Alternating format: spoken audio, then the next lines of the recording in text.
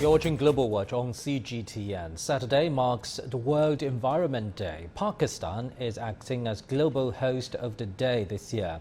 The theme of the occasion this year is ecosystem restoration. And for more on that, let's cross live to our correspondent Daniel Han in Islamabad. Daniel, tell us more about the actions Pakistan has taken. Well, Pandang, the global official celebrations are being held through a virtual launch gala welcoming the United Nations Decade on Ecosystem Restoration. The event includes inspiring messages from world leaders, activists, celebrities and musical performances. Now, the government of Pakistan plans to expand and restore the country's forests through a 10 billion tree tsunami project spread over 5 years. The campaign includes restoring mangroves and forests, as well as planting trees in urban areas by the Miyawaki technique.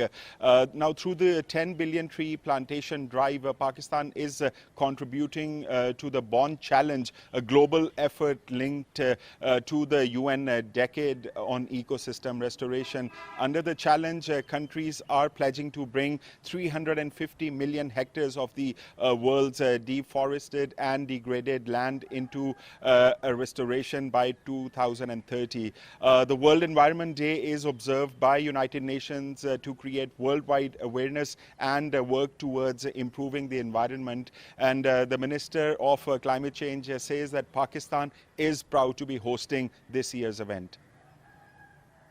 In the Global Climate Risk Index annual report of 2020, Pakistan was placed on the 5th spot on the list of countries most vulnerable to climate change, as the country endured economic losses worth $3.8 billion due to climate-related disasters. Experts say climate change and melting glaciers of the Himalayas pose a huge risk of extreme weather events like flash floods, droughts, and rainfall in Pakistan. The theme for this year's World Economic Day is ecosystem restoration, with a special focus on creating a good relationship with nature. Yeah, I think it's great to see Pakistan taking the lead in hosting this year's World Environment Day. Pakistan is also taking the lead on other fronts, on nature conservation, ecosystem restoration, and the work against climate change. A special cycling event under the theme of Paddle for a Green Future was held in Islamabad. The basic purpose is to, show the people that we should maximize the use of, such healthy activities and reduce our dependence on the fossil fuels. This year will mark the launch of the UN Decade on Ecosystem Restoration. We're talking about the UN Decade on Ecosystem Restoration, and Pakistan, with its focus on nature-based solutions, the 10 billion trees, the Protected Area Initiative, Recharge It Pakistan, all of these are nature-based solution projects. The government of Pakistan took up massive afforestation drive through a 10 billion tree tsunami spread over 5 years.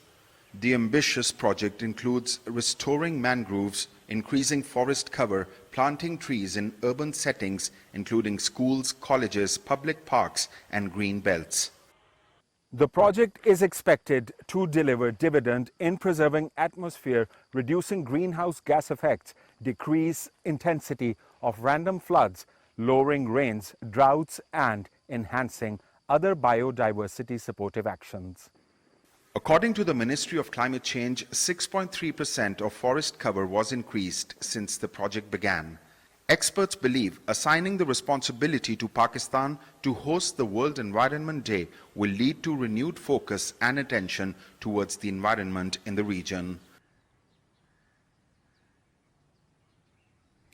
Now, I spoke to the United Nations Special Representative on Climate Change, and he said that the 10 billion tree tsunami is one example of a great action Pakistan has taken for ecosystem restoration. And he said that it's now time to get back in tune with nature, and it's time that man pays a little bit back from what he has taken from nature over all these years. Pandang. Thank you very much. Our correspondent Daniel Han in Islamabad. China is also marking the World Environment Day. A national event was held in Xining, capital of northwest China's Qinghai province. And for more on that, let's cross live to our reporter Zheng Yibing, following the occasion very closely in Xining City. Yibing, tell us more about China's promises and actions.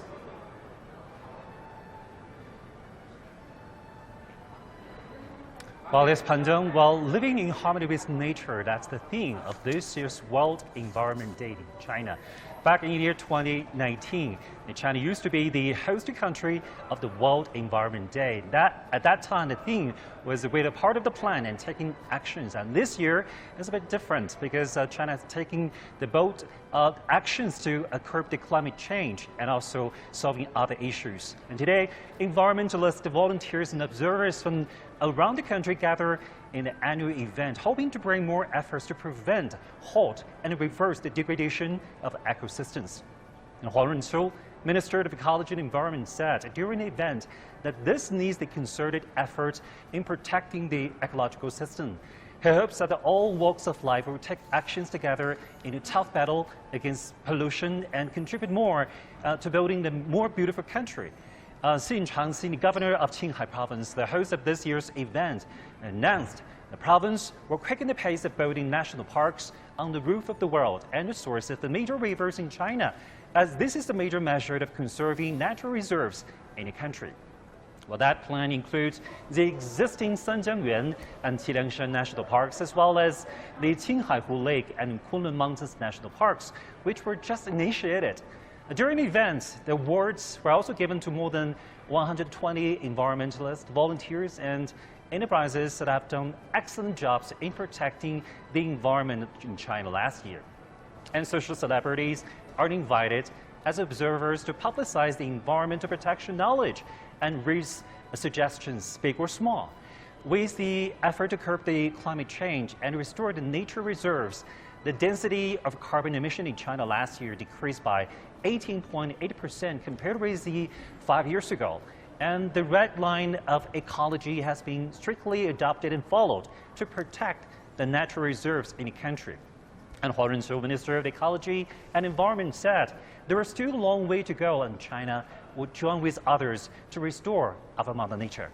Back to you. Thank you very much. Our reporter Zheng Yibing in the northwestern Chinese